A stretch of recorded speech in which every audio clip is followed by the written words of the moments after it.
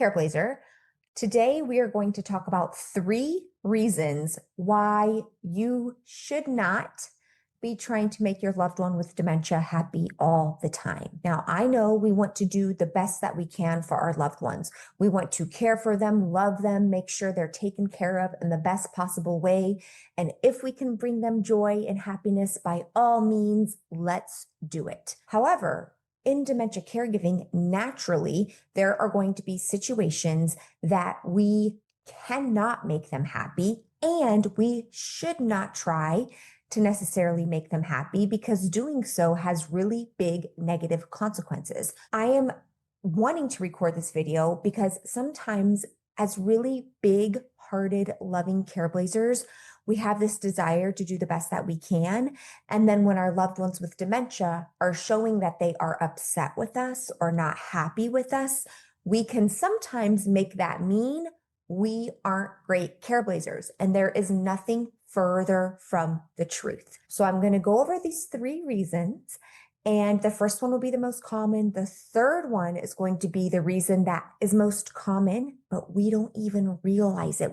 Sometimes we don't even realize that what we are doing doesn't even make sense in a lot of situations. So you'll see what I mean as we move forward. So first, the most obvious reason why we shouldn't make it a goal for our loved ones to be happy all the time is their safety. Think about it. In dementia, many people, eventually all people with dementia, are unsafe to do certain activities. So let's take driving, for example. In the beginning, as somebody has dementia, in the early mild stages, could they technically still be okay to drive? Sure. It's a very personal decision. However, at some point, every single person with dementia will be unsafe to drive. Their brain will no longer be able to manage all of the steps that come along with driving. If your loved one was somebody who really wanted to drive and they were no longer safe to do so, and you were the one preventing them from driving because you want to keep them safe, guess what? It means they're not going to be happy with you. Does that make sense? If your loved one wanted to manage all their finances and have control over their checkbook and credit cards and all of the financial things, but they were constantly falling for scams, giving people out their social security number, handing people blank checks, wouldn't you want to intervene to stop that from happening? You're doing so in their best interest, but it's not going to make them happy because they think they can still do the thing. They still want to do the thing. So of course there's plenty of videos here on this channel about what to do when somebody wants to drive and they're not safe. Like, how can you respond personally? What do you do when somebody's no longer able to manage their finances and you have to step in? Those are other videos. They're here on this channel. But this video is just like the mindset of realizing when your loved one is not happy with you sometimes, it doesn't mean you're doing something wrong. Sometimes it means you're doing the best you can to keep them safe, right? So that's reason number 1. We shouldn't make it a goal to keep them happy all the time because in doing so, we would literally be putting their safety at risk, okay? Number 2 is if we are trying to make our loved ones happy all the time, it comes at a huge expense to you, a huge detriment to you, because what we're not considering is what your capacity is that day. So we are always giving our 100%. However, our 100% looks different based on the day. What you are able to do after having a night of good sleep is much different than what you're able to do if you've only slept for 3 hours because your loved one was up in the middle of the night. So you always have to consider your well-being in your dementia decision making. It's not always just about the person with dementia. So if your loved one, let's say you're still working and you come home from work and your loved one with dementia wants to immediately go on a car ride. Okay, some days that might just be fine. Hop in the car, honey, let's go on a car ride. Some days you might be starving. You might be exhausted. You might have to go to the restroom. You might not be feeling well. So for us to ignore our feelings 100% of the time and just do the thing that our loved ones with dementia wants us to do, it's going to fuel the fire for more burnout, exhaustion, and resentment. And those things are going to make caregiving more difficult in the long run. So you are absolutely okay to consider yourself. We can't just dismiss our own humanness and needs all the time for our loved ones with dementia. Will we do it some of the time? Yeah, quite frankly, we're probably going to do it a lot of the time. But just make sure we're realizing some of the time it's okay to choose ourselves, okay? And then third reason, probably the most common one that we don't think about a lot, is when we are trying to make our loved ones happy all the time, we are sometimes removing a very human interaction you can have with them, a bonding moment, a very loving moment that can make your relationship with them stronger. Here's what I mean. You have probably had a friend in your life going through something hard. Maybe they just lost a spouse. Maybe their loved one left them. Maybe they got fired from their job, whatever the case may be. When they are coming to you and they are sad, they are upset, they are crying, they are heartbroken, what do we do a lot of those times? With the people we love, we literally sit there with them.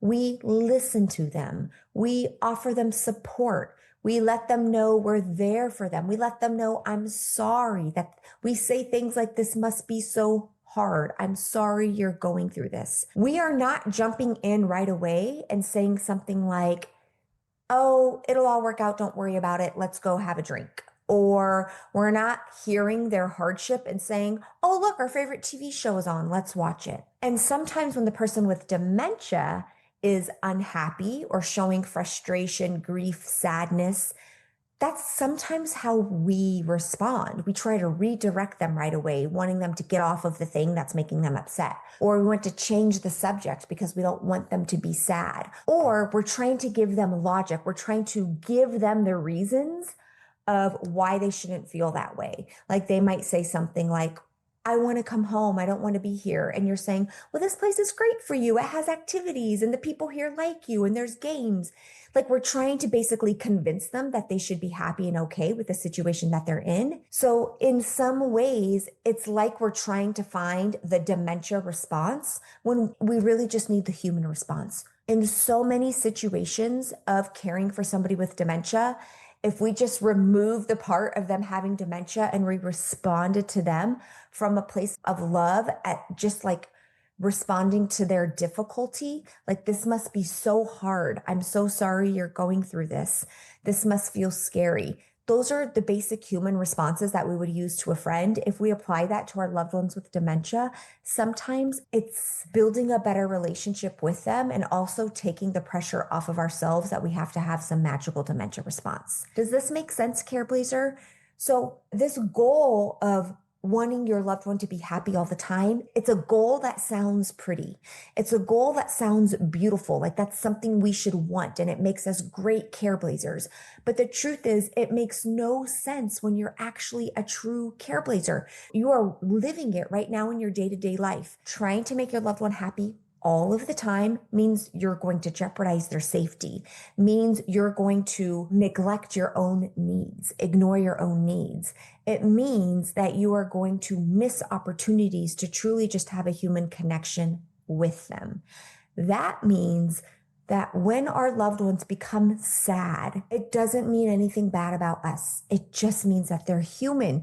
People with dementia are people. They're still human. They're going to have the full range of human emotions, and we don't have to make that mean we've done something wrong. What do you think about this, Careblazer? I would love to know your thoughts. If this is a topic that interests you and you want to talk back and forth about, well, what would I do? What would I actually say? How do I get them to maybe have more peace and joy, but not make it all of the time if it's their safety? Or how do I respect my own needs while taking good care of my loved ones? If any of those are kinds of thoughts and questions you have in your mind, I am inviting you to just check out our Care Collective program. Learn about it. Learn about how every single week you can talk to me, other experts, other Careblazers, share your challenges, your struggles, and be surrounded with love and support and actual practical guidance where we can tell you, hey, this might be the thing for you to try next.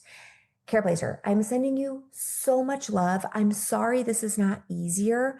And it's just my ultimate goal that we find ways to make sure if it's not going to be an easy journey, which it's not, at least we're not making it harder unnecessarily. All right. Sending you so much love. I'll be back next week with another video. As always, bye. Also, Nico gets a belly rub for every person who subscribes from this video. So if you haven't already, click the red subscribe button. It's totally free. And Nico says, thank you very much.